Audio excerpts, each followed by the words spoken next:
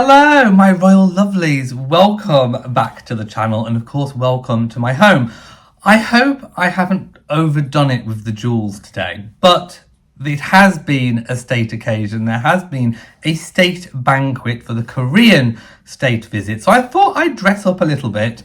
So I'm wearing the late Queen Elizabeth's Japanese pearl choker, which Catherine now has, and I'm also wearing the Tech Crescent tiara, which is similar in stature to the Strathmore rose tiara, which Catherine debuted for almost the first time in a century that it's been seen worn by a royal. Also, I'm wearing Prince Albert's, or Queen Victoria's Prince Albert brooch, very similar but not quite the same as the one that Queen Camilla wore during the day. It's all going on. It's absolutely all going on. So, where do we even start? State banquet. Well, state visits. Let's just look at visits in general. So, as we know, state occasions, state visits are mutual, and there is always, typically a political leaning or a political background to it. So the sort of host nations, will collaborate on a program of events. Obviously, the country that's hosting usually puts on a state banquet or a state dinner. They will be formally welcomed to the country, and this is typically reciprocated at a later date by the people that are coming over. That hospitality is often reciprocated, and like I said, there's always normally a political meaning. It could be to strengthen bonds, strengthen ties, secure ties, reaffirm ties, but also there could be a lot to do with perhaps trade. And we do know that the UK government, currently a Conservative government with Prime Minister Rishi Sunak, is looking to make trade deals and improve trade across the world. So South Korea is strategically very important to the UK in where the UK wants to be going forward with its place in the world post Brexit. So we're not going to get into the ins and outs of Brexit, but that is why we sort of, historically have these state visits, and, countries all over the world will have their own versions. In the UK, it is slightly different because our head of state is the sovereign, the monarch, whereas we have an elected government. So it's the elected government of the day that make all the decisions with the consent, per general election of that political party, whereas the sovereign is just the kind of figurehead, if you like. So it's known as a soft power. In the UK, the British royal family are the ones that do all the wooing and all the schmoozing and sort of make it all nice and make it all lovely and make people feel welcomed. It's a kind of a family atmosphere, which is something that you don't, necessarily get when it comes to using politicians. So that said, we had a really warm welcome for the Korean visitors, and they had a formal carriage ride to the palace. You may also have seen that in Queen Elizabeth's time, sometimes the state banquets were held at Windsor Castle. It was in London. It was Buckingham Palace centric on this occasion. So they had a really, really warm welcome. Catherine looked absolutely resplendent in red. I wish I had my red velour jacket here today, because I would have put on my red velour jacket. She looked amazing. Now, going back to Remembrance, I know people are saying, why do you keep going back to Remembrance Sunday? Well, it's because she looked so tired. I'm sorry to have to mention it again, but she did. Truth is the truth. Truth as I see it. Anyway, she looked amazing at the state banquet, gone with those tired eyes. And, I should say, she probably was very tired because William had been away, looking after the kids, working schedule, the harsh November light. It was awful. But she looked back completely 100% rejuvenated and back to form for all of yesterday. So yesterday was kind of split into two halves, if you like. There was the formal reception, and then we had the state banquet. So Catherine looked resplendent on both occasions. This beautiful red Catherine Walker coat dress. I think the hat possibly wasn't Catherine Walker. I think there's another designer being sort of touted around. But the coat dress, I do believe, was Catherine Walker. If I do have that detail wrong, please let me know in the comment section.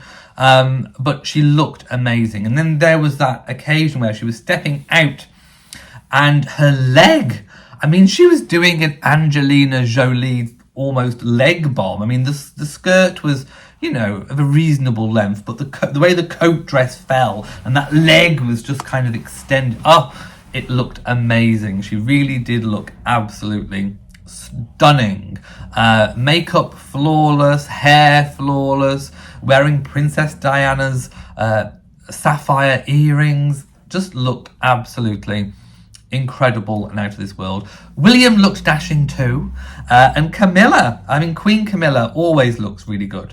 Her hats always look fantastic. I think it was a Philip Tracy hat she was wearing.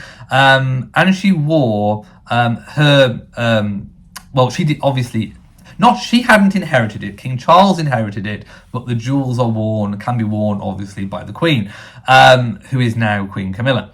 So she wore one of the late Queen's sapphire brooches, which looked absolutely stunning on Camilla.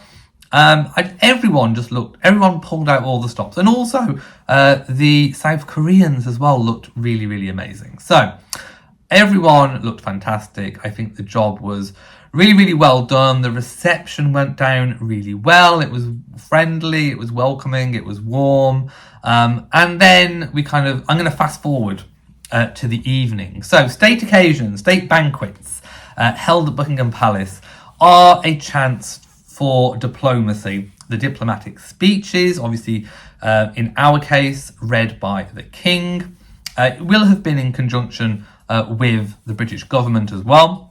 So lots of dignitaries, political establishment, prominent people from both countries, a chance to show off all the glitz and all the glam. So definitely a tiara wearing occasion. So I was hoping that there would be tiaras, and tiaras there were. I was not disappointed. Was I expecting Catherine to debut, the Princess of Wales, to debut a new tiara? No, I wasn't. I thought, to be honest, I thought she might have gone for the Cambridge lovers knot. Let's talk about Catherine's tiara history before we move on to the Strathmore rose tiara. So we know that she wore the Cartier halo tiara for her wedding. That's the kind of smaller, what you would almost call like a baby mini tiara. She chose that for her wedding. She hasn't worn that since. It's my understanding that that tiara returned to the Queen after the wedding, which is why she hasn't worn it since.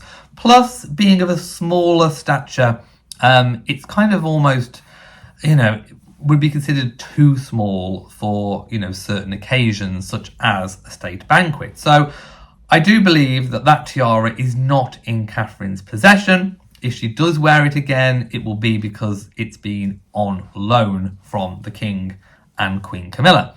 But the tiaras that she's been kind of, going to and from, which I do believe are in her collection on long-term loan. She doesn't own them. They will be on long-term loan from Her late Majesty and then from the King. Are, of course, the Cambridge Lovers Knot tiara and the Lotus Flower tiara, which formerly Princess Margaret used to wear a lot. So two tiaras that she's been using for, over the past 10 years. And then we suddenly get a new tiara. Now this one, the Strathmore Rose tiara, has not been seen for almost a century. And I think, again, that's probably due with its stature. It's very similar in stature to the one I'm wearing today, the Tech tiara. And also, it's on a par with the Lotus Flower tiara, but it's not as spiky. So as I said, the Strathmore Rose tiara is of similar kind of stature to this and the Lotus Flower, which kind of, I think, meant that It's kind of like an intermediary sort of middle-sized tiara, which Her late Majesty did not favour, and neither did Queen Elizabeth, the Queen Mother, when she was Queen and then Queen Mother, because she never really wore it again, favouring the more larger pieces. So it kind of just fell into the royal collection, never to be seen again, and we were often wondering where it might appear. And there are lots of occasions in history where it could have appeared. You know, it could have been Sarah Ferguson when she was Duchess of York. It could have been her tiara. It could have been worn by Sophie Wessex when she married Prince Edward, of course, now the Duchess of Edinburgh. It could have even been used and utilised by Princess Anne. There are so many different occasions where it could have come out. Could even potentially have been a wedding tiara for Catherine when she married Prince William. So it's been one that's kind of been locked in the vaults. And there are many tiaras that we have not seen for a very, very, very long time. So it is really, really nice to see that since Her late Majesty's passing, that a lot of the royals, the royal ladies, have had a chance to look through the late Queen's jewellery collection and kind of have a bit of a reassessment of their jewellery, notably Queen Camilla, obviously, and of course Catherine, the Princess of Wales. I actually think that this tiara possibly would have been influenced by King Charles. He obviously loved his grandmother, and the Strathmore rose tiara was hers. So I think, you know, he loved seeing Queen Camilla wearing his grandmother's jewellery. So I think it would have been perhaps a decision led by King Charles that Catherine is seen wearing some of the Queen Mother's jewels, primarily because, you know, jewels live on. As Shirley Bassey famously sang, "Diamonds are forever. They are all I need to please me." I won't sing the whole thing, but you get the drift. Diamonds live on, and I think that, you know, there are lots of memories attached to these jewels, sentimental feelings, I think, for the king. So a little bit about the Strathmore rose tiara. Now, I do know that it can be worn in two different ways. It can be worn as a bandeau around the head, and it can be worn on the head like how Catherine was wearing it and like how I am wearing it today. So the way that it can be done in this way is it can be worn on two different frames. So at the moment it is on the frame to be worn on the head. If all the jewels were taken out by a jeweller, it can be changed onto a different frame. So two frames. Also, there are 5 different roses, and they are all detachable and can be worn as brooches.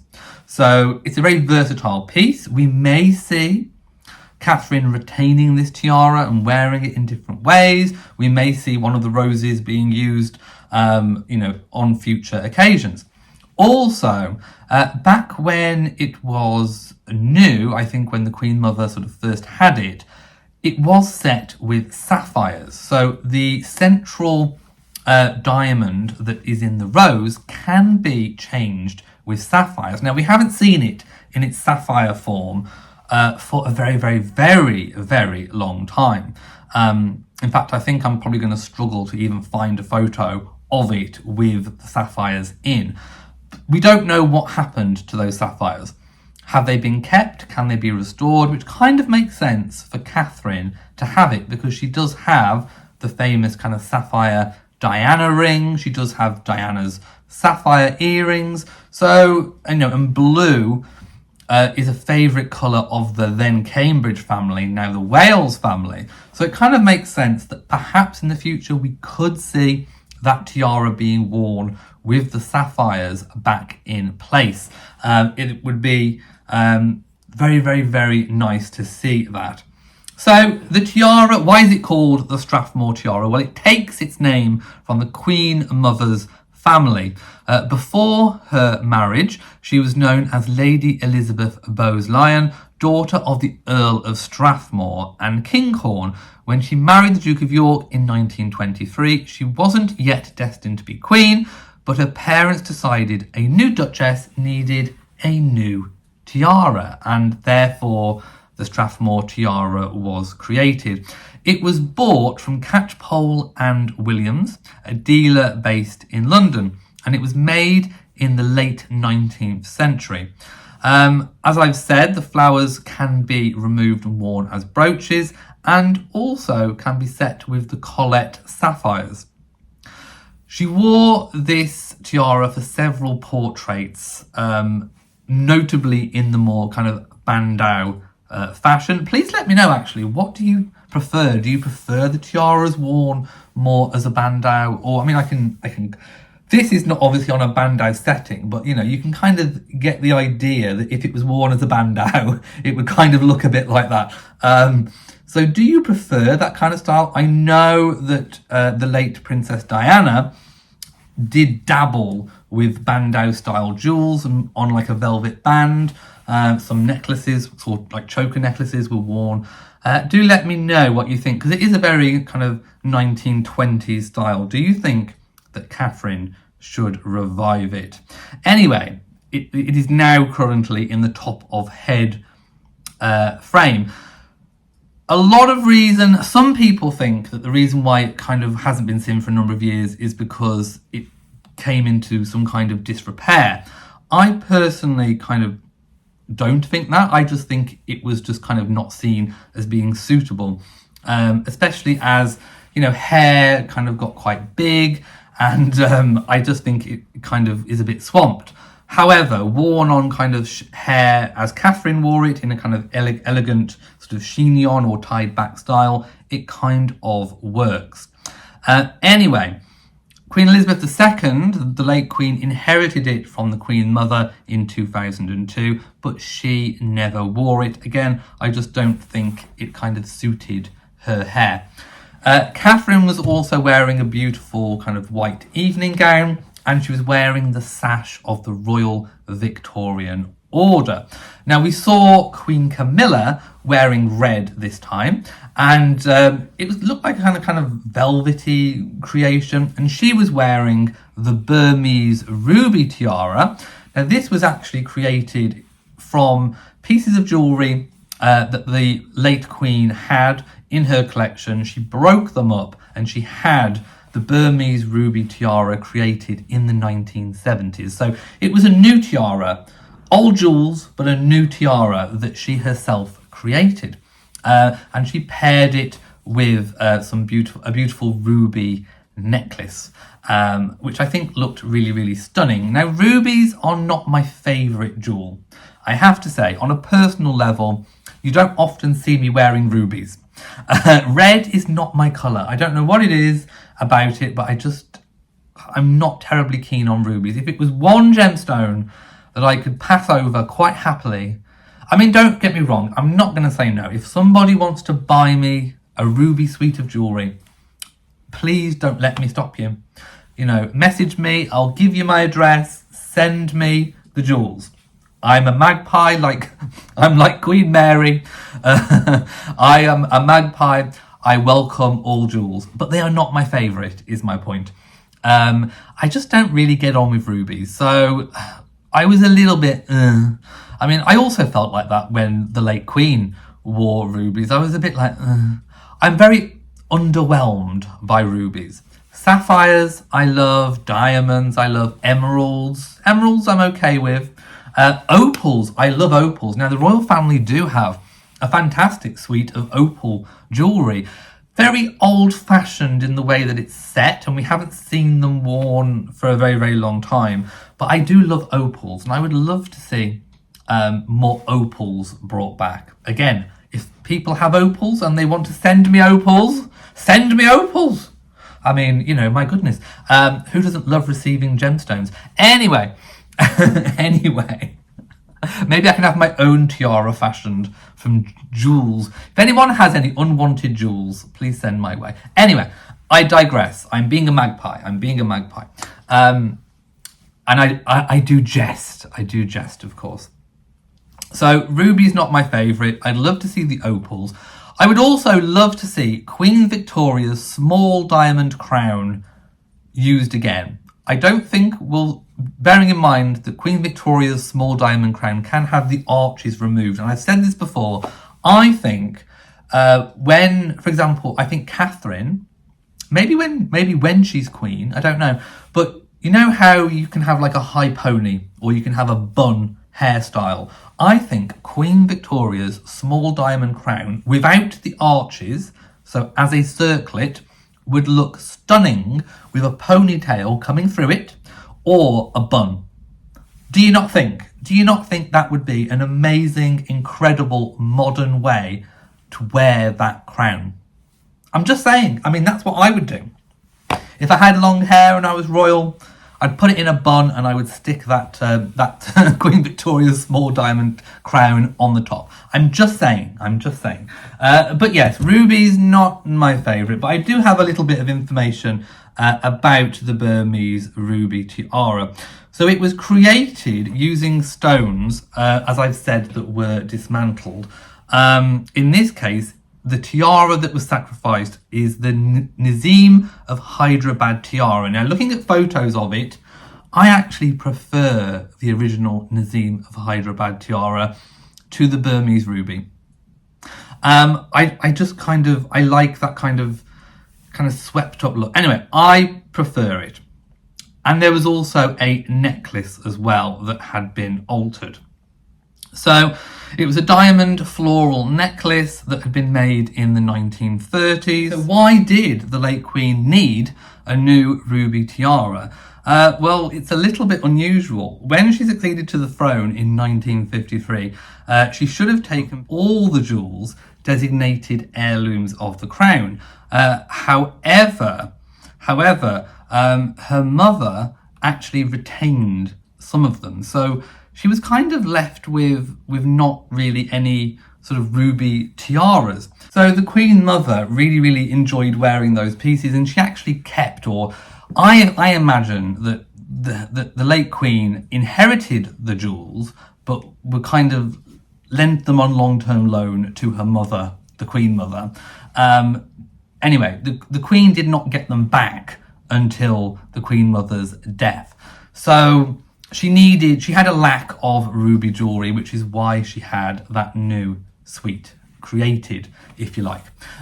So that was kind of the whys and the what fors. Okay, so then the state banquet happened and it was time for the speeches. So a microphone is concealed in the floral display. That tradition was kind of started by Her late Majesty. And they're all kind of sat, on the banquet table at their head, and the speeches were read. King Charles gave a really fantastic speech, and he was quite funny in places. He obviously mentioned about the strengthening of the bonds and the ties and the common interests, but he also referenced Gangnam Style and K-pop bands and Blackpink, of which case, actually, today, outside the palace, the band played a Blackpink song.